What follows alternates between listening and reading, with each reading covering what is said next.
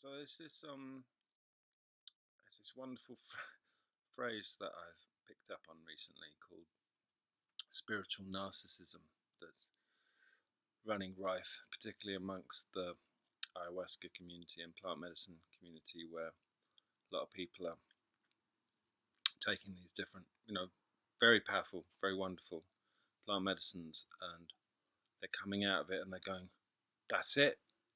It's my job. It's my job. I'm here to save the world, and I'm going to walk among you and make everything all right." So I just want to say that's not my job. Um, I've taken plant medicine, and it's pretty fucking clear that's not my job. In fact, no one's going to save any of us. We've all got to look after ourselves. And I had a day off, so I looked in my diary. It's been a pretty mental week, or two, or three. And I looked in my diary yesterday, and it was completely empty because I was supposed to be in France today, doing a screening of the movie that me and Mai made, that some of you will have seen. Of course, that all went tits up. So I had a completely empty day in my diary, and I thought, oh, that's fantastic. I can just chill a bit. Today's the busiest day I can remember. I don't think I've been off my computer talking to people all around the world and chatting shit and posting shit. And I think that's what else are we going to do. I've chosen to self-isolate. I'm not aware that I've been in contact with anyone. That's certainly not with anyone who's been diagnosed. But I think as a kind of, and it's a word that isn't. This word moral is not a word that I find I use in my vocabulary very often, but I do feel shit. Is it still working? I do feel there's a kind of moral obligation to not spread it around because there's this terrible danger of overwhelming the hospital systems, and I'm sure I'll get it. Like I got swine flu and norovirus and everything else that's going. But I'm doing my best to stay away from people. So yesterday was my first, I think, entirely Skype online video date as a therapist, which actually was all right. Works fine. You'll notice I'm wearing a hat because Russell Brand wears hats like that when he does video things, and I've never done one, so I'm just trying to pick up on the tips of how to do this. And a beanie seems to be de rigueur when you're being a spiritual narcissist and telling people how to survive terrible pandemics. But I mean, the line for me as a therapist, and I've been saying this to people, is how do I walk the line between people who are going, "Oh God, it's just media hype, don't worry about it," especially unless you're over 60, you're going to be fine. Thanks to everyone who's under 60. Cheers for that. I'm on that cusp. It doesn't feel very for 60. Doesn't feel very far away, and I also think it's bollocks that this can and does affect people of a wide age range. Completely forgotten what I was talking about now. No, it's gone. What was I saying? No, the thing I'm saying to people is it's finding that line between being a panic monger, spreading fear and terror, and dismissing it. I think if you're going to go either way, probably best to get really fucking scared. but panic doesn't serve anyone, especially when it's panic buying and stuff like that. I mean, I've been panic buying Jack Daniels, and that's it. Actually, I've got no food, I've got no toilet paper, but I think we really do need to take this incredibly seriously. I think we're in for a long haul. I think it's impossible, right? Because those of us up to the age of 75, 80, we've lived in the most peaceful, harmonious, despite all the shit that's gone on in the world. We've had no wars in Europe for the first time ever, right? Ever, no wars in Europe. Cheers, Brexit. We've had no pandemics really on this kind of scale since 1918.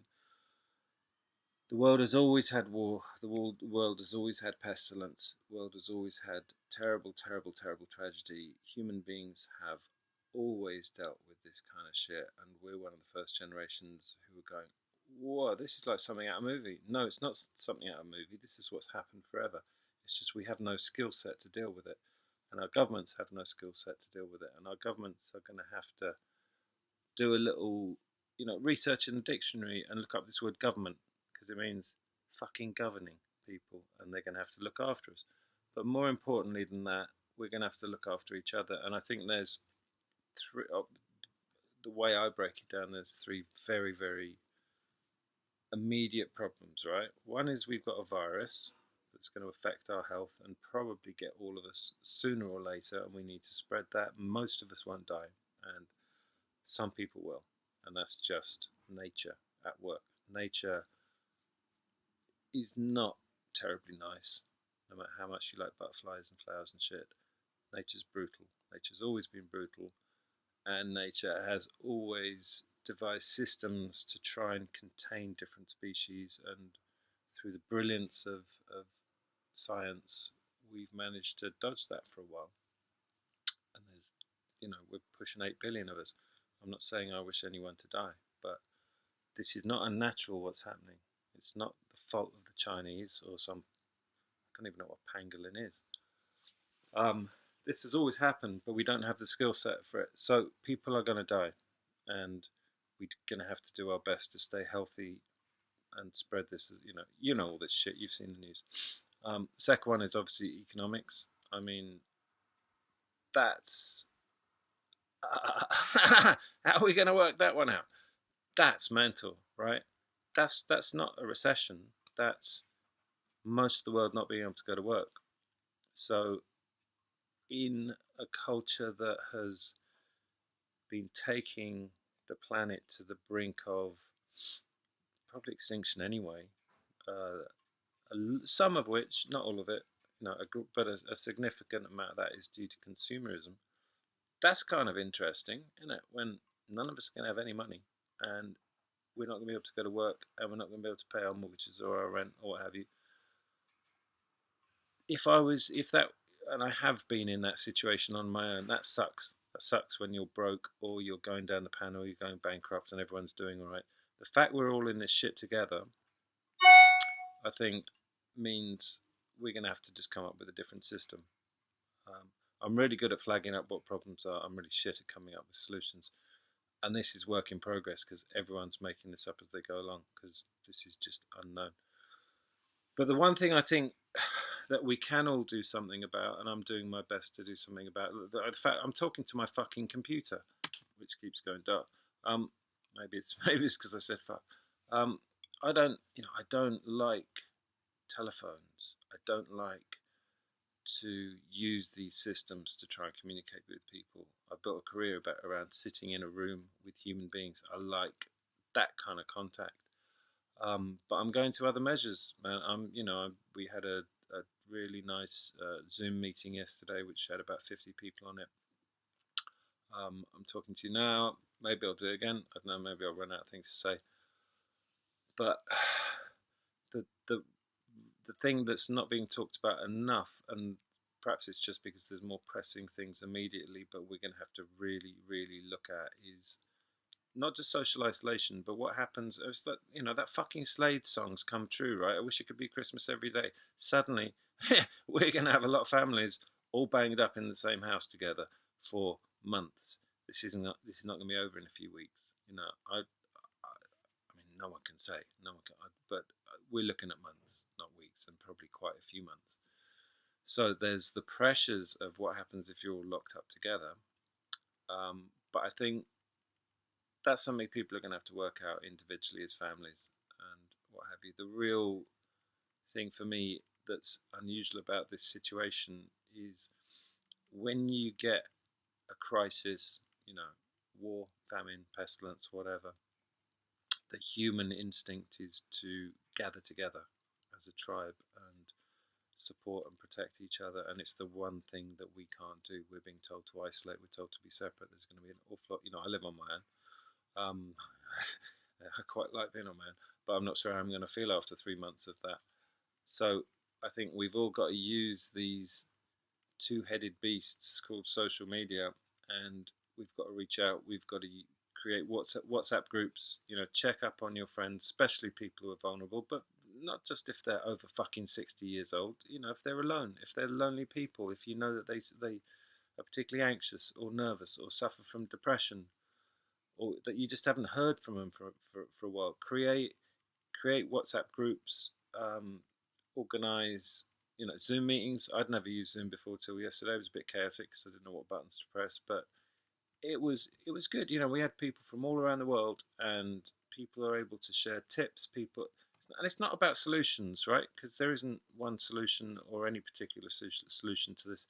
It's about sharing. It's about knowing you're not on your own. It's about being together, even when you can't be together. So for fuck's sake, reach out.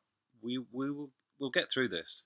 We are all, every single person, every 7.5 billion person on this planet is the product of the people who survived all the other pandemics and all the other wars and all the plagues of frogs and that shit. So we're an incredible species. Even we hear a lot of talk about the 1918 Spanish flu epidemic, which was horrific. 100 million people. Well, they say between 50 and 100 million people died. That's sloppy accounting, right? When you look off, I don't know, we lost count. 50 million, somewhere between 50 and 100. Yeah, so that's horrific. No one wishes that on anyone, but we still made it, right? And there's 7.5 billion of us, and we will make it, and we will get through this. We're just going to have to get really creative. We're going to have to find ways to be together if we're locked up with our families. We're going to have to get very, very creative. We're going to have to go back to some of the old days. Don't think you're going to be able to stick your kids on an iPad for the next 6 months and they're going to be all right. You're going to have to play games. You're going to have to go out in the garden if you're lucky enough to have one. Grow some shit. Do yoga. Apparently it's really good. I've never done it.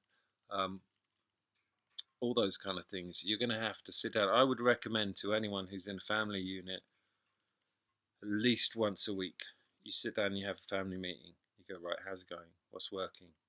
How are you feeling? Give people, if you create pressure cookers, if you do just a stiff upper lip thing, or if everyone disappears off to their room and no one talks, you're getting into fights, it's just going to be a living hell, right?